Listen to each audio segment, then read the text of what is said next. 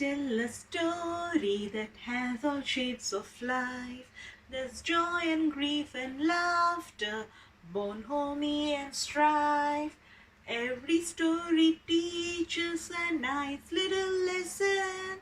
Along with the wisdom, we will also have fun. Let me tell a story that has all shades of life. There's joy and grief and laughter, bonhomie and strife. Every story teaches a nice little lesson.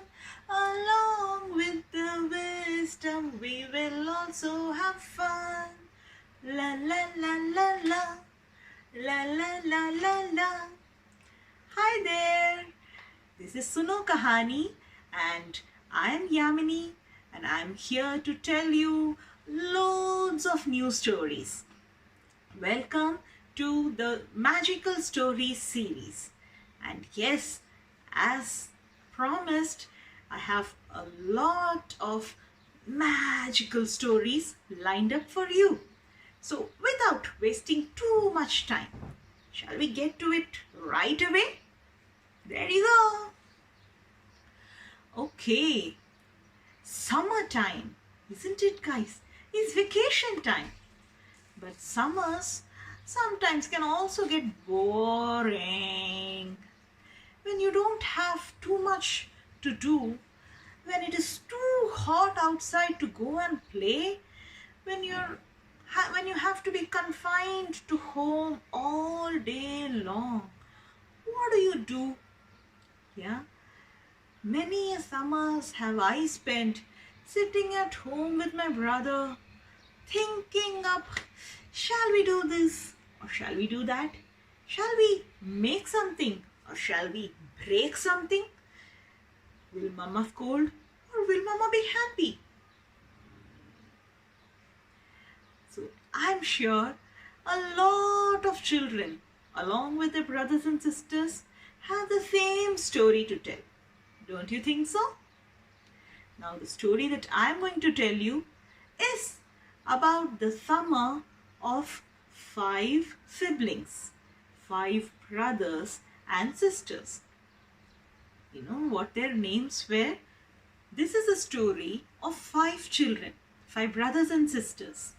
Anthea, Jane, Cyril, Robert, and the youngest, who was called as the lamb. You know, in our homes also, sometimes the youngest is called a chotu or chutku or chinnu or chutki or kutti. Yeah, like that. Here in their home, they called the youngest child as the lamb. So the 5 brothers and sisters, they were spending their summer holidays at home because it was really too hot outside, and they were slowly starting to get too bored. They kept thinking, what do we do now? They had played all the games that they could. They had read all the books that they could. And now they did not know what to do. So one day, the children were lying down and lolling and lounging in the carpet that was there in their room. Now this was a new carpet, okay? Just a few days ago, their mom had purchased this carpet and she had brought it home, got it delivered home to be laid out in their home, in their room. Now when it came, this carpet, this long carpet, it came rolled. Okay, that is how usually the shop would deliver the carpet. The delivery boys, they brought it all rolled up. And when the carpet was brought into their room and when it was rolled out, they were all in for a big surprise. Do you know what that surprise was? Right there in the middle of the carpet, there lay a beautiful golden egg. Wow! No one had ever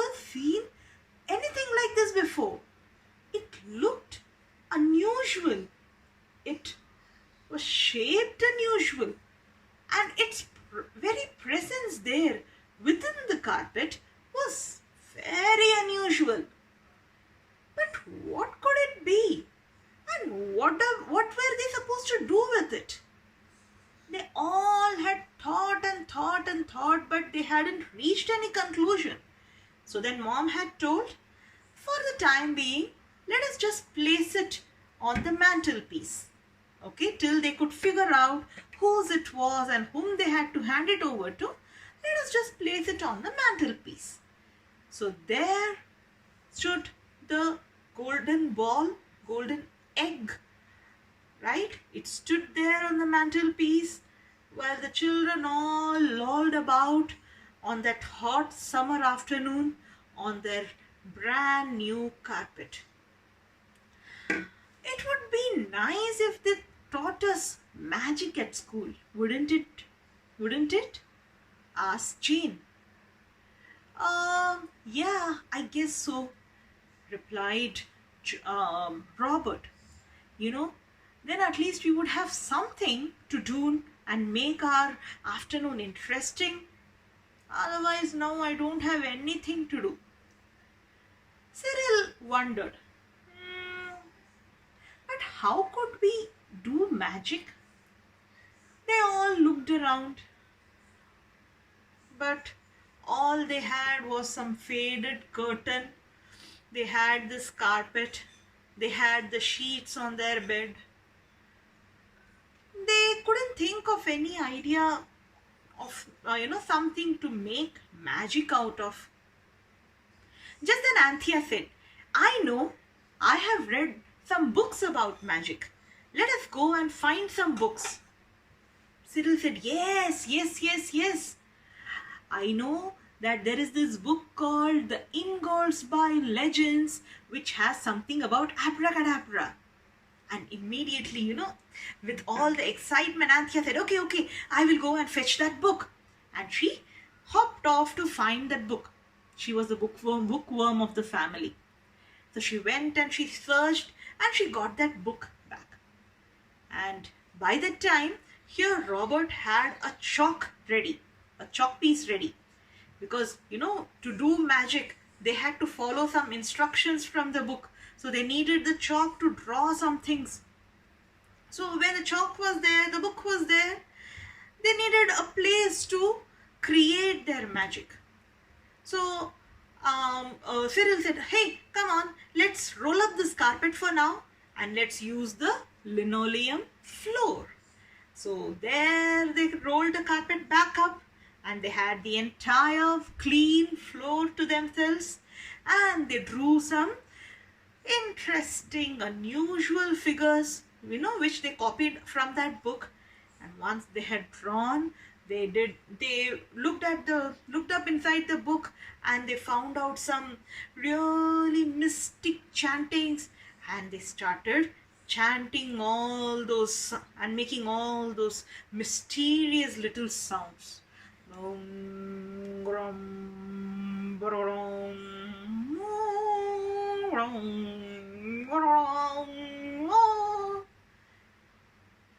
try as they might, nothing seemed to happen. And then after trying for some time, they decided, okay, we needed something else. We need to do something else. And as they were racking their brains, Anthea was the one who came up with the idea again. And she said, oh, I know what we need.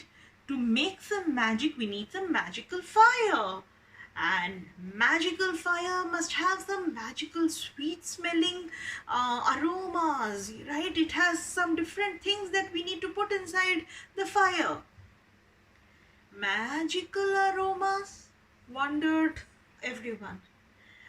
The only sweet smelling wood that I can think of is cedar. Yeah, I guess I have this pencil. This is a pencil. This is a lead pencil made of cedar wood. Let us use this, said Robert. And so he broke the pencil into two and he threw it inside the fire. And he wished for something magical to come out. But alas, nothing happened. And then they said, okay, we need some more strong perfume. So let's put some eucalyptus oil. So they dashed off to find some eucalyptus oil, and they brought it, and they emptied the whole vial inside the fire. Now children, do you know what eucalyptus oil is? Have any of you seen or used eucalyptus oil? Yeah, it is an oil that is extracted out of the eucalyptus tree, and that oil is said to be very good for cold and headache. But yes, it has a really strong and heady smell. And here the 5 children had emptied the entire vial of eucalyptus oil that they had. So you can imagine how strong a smell that was that filled that room. And the children now hoped, with such strong smell, something ought to happen, isn't it? But, to their utter disappointment, nothing happened. Jane said, camphor. Camphor might just work. And she ran inside and she brought a box of camphor. And the children immediately took a small spark, a small cinder from the fire, and they lit up the camphor. The camphor burned with bright orange fire. Once it finished burning, there was a lot of black soot on the floor. And yes, the black soot did seem to make some mysterious patterns. But still, nothing magical about it. Now the children were really running out of ideas. Whatever could we do to make some magic? I know, let's wave some cloth and make some patterns. So they all got a scarf for each. This was the idea given by Robert. So he said, I'm going to wave and wave and wave till something magical happens. And they all went about waving their scarves in different patterns. Some waved like this, some waved like this, some waved slow, and some, like Robert, who was really enthusiastic, waved, swished, swashed, swoosh, swoosh, swoosh, so fast that his cloth went swooping towards the mantelpiece, and in one swooshing movement, it took the egg out of that mantelpiece, and the egg fell down and it rolled towards the fire. God! Oh, crikey! Oh dear! All the children cried, and they all went down to look at what had happened to that ball. But there that ball was miraculously still intact. It had rolled right under the grate, but it had not cracked. Oh, we are saved, cried Robert, and he attempted to gingerly put his hand inside, under the crate, and pull that ball out, pull that egg out.